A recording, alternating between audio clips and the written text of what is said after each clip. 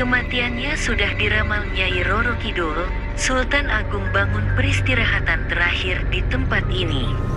Sumber, https://intisari.grid.id/red-penulis, Moh.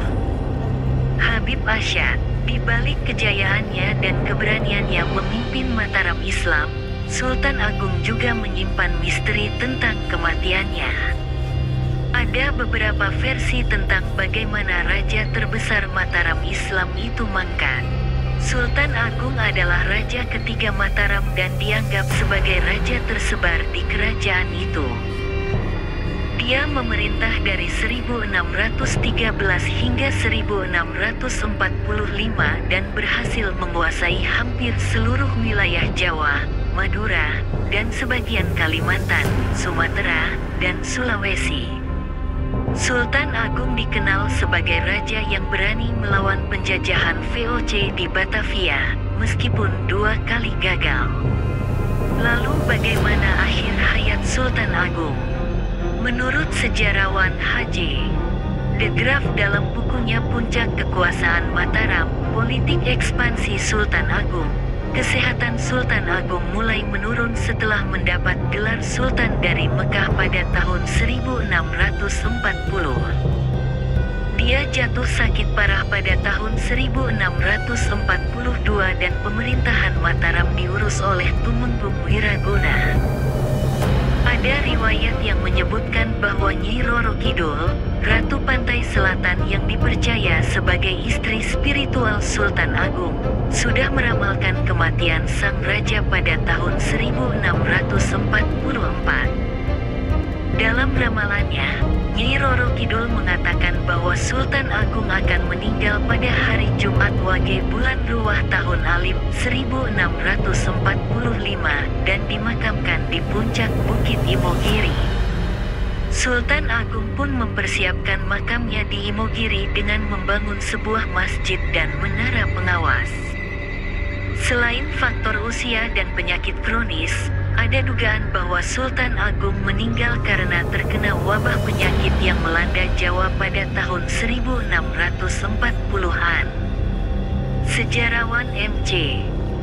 Wycliffe dalam bukunya Sejarah Indonesia Modern, tahun 1200 sampai tahun 2004, menyebutkan wabah-wabah penyakit merajalela pada tahun 1640-an. Dan kematian Sultan Agung mungkin sekali disebabkan oleh salah satu wabah tersebut. Wabah penyakit tersebut diduga adalah pes atau tifus yang menyebar melalui tikus atau nyamuk. Penyakit ini bisa menyebabkan demam tinggi, sakit kepala, muntah-muntah, bengkak-bengkak di leher atau ketiak, dan bercak-bercak hitam di kulit. Jika tidak ditangani dengan baik, penyakit ini bisa berakibat fatal.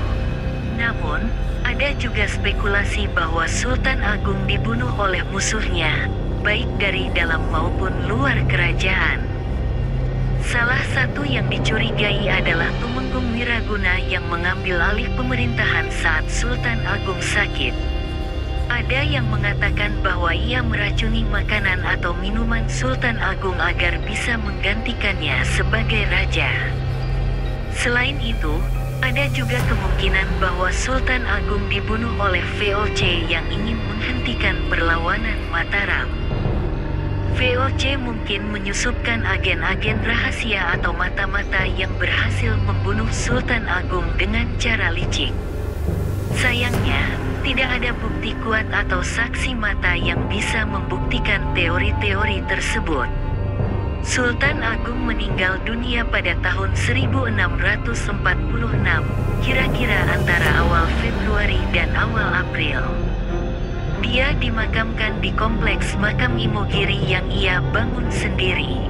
Makam Imogiri atau Pasarean Imogiri adalah kompleks pemakaman raja-raja Mataram Islam beserta keturunannya.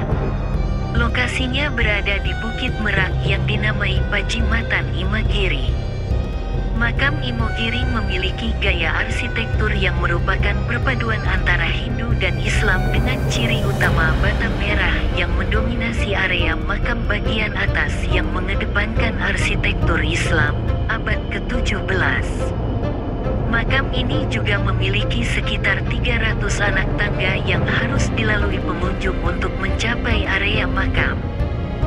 Makam Imogiri menjadi saksi sejarah dari kejayaan dan kegagalan Sultan Agung dalam membangun kerajaan Mataram yang luas dan kuat.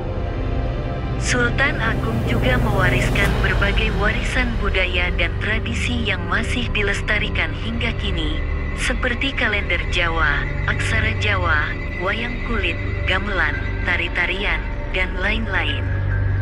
Sultan Agung adalah salah satu tokoh inspiratif yang patut dihormati dan diteladani oleh generasi penerus bangsa. Ia adalah raja yang berjiwa besar, berhati